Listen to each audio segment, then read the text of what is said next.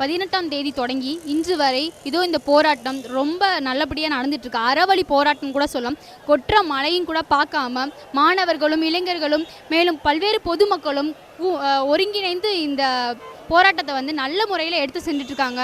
பல்வேறு இடைஞ்சல்கள் வந்தாலும் அது நல்ல முறையில் அறவழியிலே நீக்கிறாங்கன்னு கூட சொல்லலாம். மேலும் நிரந்தர தீர்வு தான் வேணும் அப்படின்னு சொல்லி இந்த போராட்டத்தை நடத்திட்டு இருக்காங்க. நிரந்தர தீர்வு மட்டுமே இந்த போராட்டத்திற்கு முற்றுப்புள்ளி வைக்கும் அப்படின்னு கண்டிப்பாக சொல்ல முடியும். ஏன் அப்படின்னா எல்லா மாணவர்களும் சொல்கிற ஒரே கோரிக்கை என்னென்னா ஜல்லிக்கட்டு மட்டும் இல்லாமல் பீட்டா அமைப்பை தடை செய்யணும் அப்படின்னு சொல்லியும் மேலும் பல்வேறு குளிர்பானங்கள் முதற்கொண்டு அதெல்லாம் தடை செய்யணும் அப்படின்னு பல நல்ல கோரிக்கைகளை வச்சிட்டு இருக்காங்க.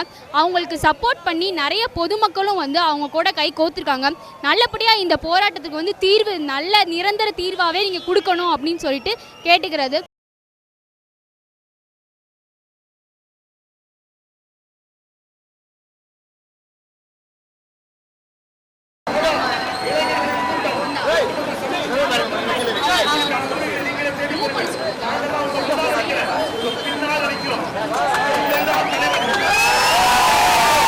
நல்ல லெவலில் போயிட்டுருக்கு.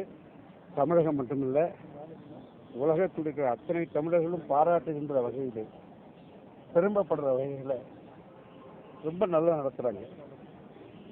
என் லைஃப்பில் இதுவரைக்கும் இந்த மாதிரி ஒரு அமைதியான போராட்டம் நான் பார்த்ததே கிடையாது. இந்த கூட்டத்தில் நிற்கிறத பெருமையாக நினைக்கிறேன்.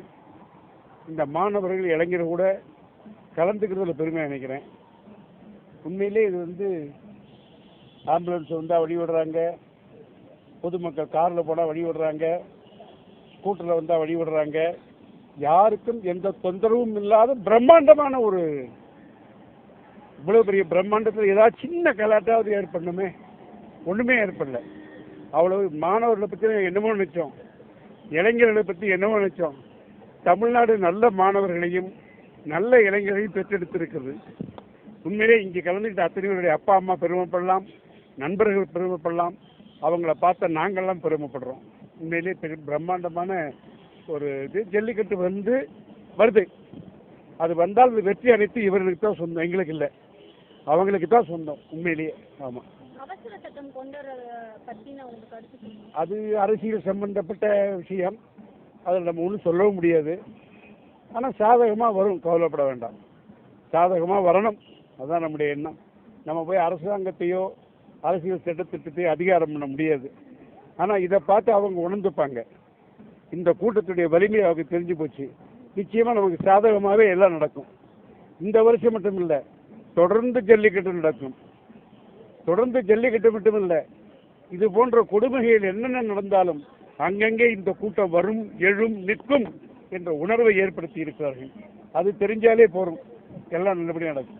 அவசர சட்டம் கொண்டு வரதா சொல்றாங்களே, அந்த அவசர சட்டம் தேவையா இல்லை நிரந்தர தீர்வு தேவைப்படுகிறது?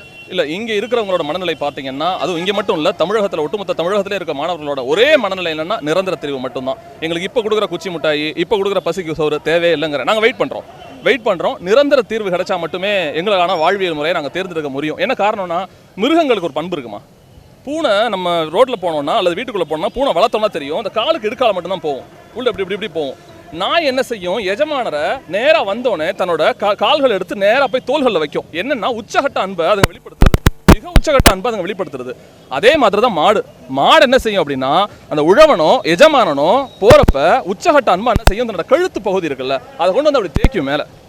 அந்த கழுத்து பகுதியை தேய்ச்சாலே அது ரொம்ப சந்தோஷமா இருக்குன்னு அர்த்தம். ஆனால் அந்த கழுத்தையே நீ நெரிச்சினா, அந்த சங்கையை நீ நெரிச்சினா எப்படி அப்போ எங்கள் குரல்லாம் சும்மா இருக்கும்? அதற்கான வெளிப்பாடு தான் இங்கே நீங்கள் பார்த்துருப்பீங்க. என்ன சீதோஷ்ண நிலை இங்கே இருந்தாலும் சரி, வெயில் இருந்துச்சு, பனி இருந்துச்சு, இரவு இருந்துச்சு, பகல் இருந்துச்சு, வெளிச்சம் இல்லாமல் இருந்துச்சு, கொட்டு மழை கொட்டுச்சு, எல்லாத்தையும் தாண்டி உத்வேகத்தோட என்னோட இளைஞர்கள் சொல்ற ஒரே வார்த்தை நிரந்தர தீர்வு, அவ்வளவுதான்.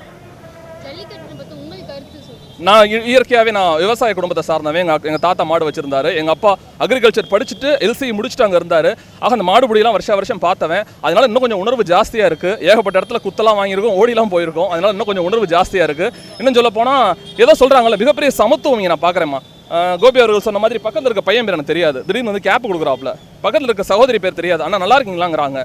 இந்த பெயர் தெரியாம சாதி மத வேறுபாடு தெரியாம எல்லாரும் ஒட்டுமொத்தமா தமிழ் இனம் அப்படின்னு நிக்கிறது வந்து ஏன் வாழ்நாள்ல இந்திய திணிப்பெல்லாம் நான் பார்த்ததில்ல, அந்த எதிர்ப்பு நான் பார்த்ததில்ல, பயங்கரமா இருக்குன்னு சொல்லியிருக்காங்க முன்னாடி முதியவர்கள். ஏன் வாழ்க்கையில் அது பெருசு. ஒரே ஒரு சம்பவம் மட்டும் சொல்றேன். இங்க ரொம்ப நெருடலான ரொம்ப ஆத்மார்த்தமான சம்பவம். ஒரு கர்ப்பிணி பெண் 7-8 மாசம் இருக்குன்னு நினைக்கிறேன், தன்னோட கை குழந்தையோட உட்காந்துருக்காங்க. அவங்க ஒரு 2 வயசு இருக்குன்னு நினைக்கிறேன். நான் அந்த மேடம்கிட்ட போய் வேணும்னு கேட்குறேன். நான் என்னோட இரவு நேரத்து நிகழ்ச்சியில் ஹலோ எஃப்எம் நான் பதிவு வச்சிருக்கேன் அந்த விஷயத்த. ஏங்க உடம்பு இப்படி இருக்கு, திடீர்னு உங்களுக்கு ஏதாவது சங்கடம் வந்துருச்சுன்னா இங்கே தூக்கிட்டு போக ஆள் வேணும், நீங்க ஏன் இங்கே வந்து உட்காந்துருக்கீங்கன்னு ஒரு கேள்வி கேட்டேன். வேணும்னா தான் கேட்டேன் அந்த கேள்வியை. அவங்க சொல்ற வார்த்தை, நான் சின்ன வயசுல இருக்கப்ப அவங்க அம்மா என்ன செய்வாங்களாம், பிடி மண், அந்த ஊரோட பிடி மண் எடுத்து தொட்டிலில் கட்டி ஆட்டி விடுவாங்களாம். எந்த ஊருக்கு போனாலும் என் ஊர் மண்ணோட வாசமும் என் தாய்ப்பால் வாசமும் சேர்ந்து இருக்கணுங்கிற காரணத்தினால அவங்க செஞ்சாங்களாம் அந்த வேலையை.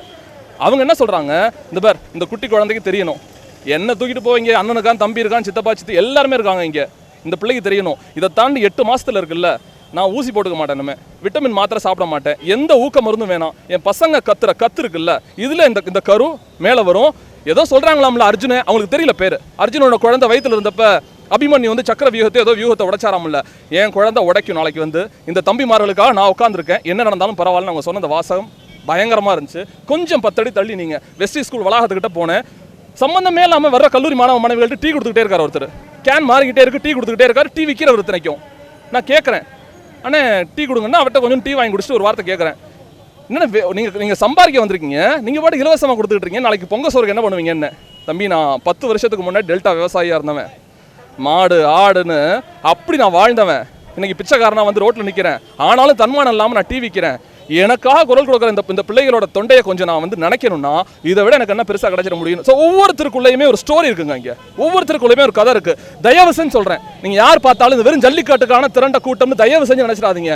தொடர்ந்து போராட்டம் தான். நீங்க இலங்கை தமிழராக இருக்கட்டும், காவிரி பிரச்சனையா இருக்கட்டும், மீத்தேனா இருக்கட்டும், எல்லாமே கெயிலா இருக்கட்டும், எல்லா பிரச்சனைகளுக்கான தீர்வு. முன்னாடி நம்ம என்ன பண்ணோம், வேலைக்கு போனோம், ஸ்கூலுக்கு போனோம், காலேஜ் போனோம், இப்படி கடந்து போறப்ப பச்சை துண்டு போட்டுக்கிட்டு ஒரு 600 பேர் 700 பேர், கொஞ்சம் நான் சொல்றேன் விவசாயிகள்லாம் கத்திக்கிட்டு இருக்கப்ப நம்ம என்ன நினைச்சோம், யாரோடா நமக்கு தேவையில்லாதவங்கடா, அப்படிதான் நினைச்ச மாதிரியான ஒரு சிந்தனை இல்லைங்கிறேன். நாங்கள் என்ன நினைச்சோம்னா, தமிழ் மரபுல பெரியவங்க இருக்கப்ப சின்னவங்க பேசக்கூடாது, பெரியவங்களெல்லாம் பேச விட்டு வேடிக்கை பார்த்தோம், எதுவும் நடக்கல திறக்கல. இப்ப சின்ன பிள்ளைகள் நாங்க பெரியவங்களுக்காக போராடுறோம். ஒரு முதுகு தண்டுல சின்னதா தண்ணி தெளிக்கிற மாதிரி தான் பிரசவமான 8வது மாசம் 9வது மாசம் வளகாப்புன்னு ஒரு நிகழ்ச்சி நடக்கும். அந்த வழக்கம் இப்ப இல்ல. அந்த பொண்ணோட முதுகு தண்டுல அந்த கரு சிசு அழகா பிறக்கணும், சுகப்பிரசவம் நடக்கணுங்கிற காரணத்துக்காக தண்ணி தெளிப்பாங்களாம். அப்படிப்பட்ட தண்ணீரையும் பன்னீரையும் என்னுடைய இளைஞர்கள் இன்னைக்கு தெளிச்சுக்கிட்டு இருக்காங்க. இந்த போராட்டம் உறுதியான போராட்டம், நிரந்தரமான போராட்டம்.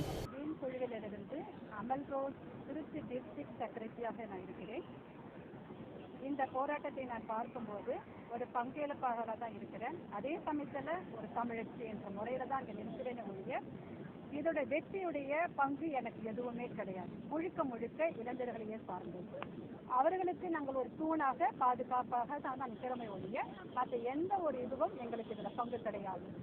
அதே சமயத்தில் இந்த போராட்டம் என் கண்ணுக்கு ஏதோ எப்படி படுகிறது என்றால், மீண்டும் 2வது சுதந்திரத்தை நாங்கள் சுதந்திரத்துக்கு கொண்டதுக்காக முயற்சி எடுக்கிறோம் என்பதை நான் சொல்ல விரும்புகிறேன்.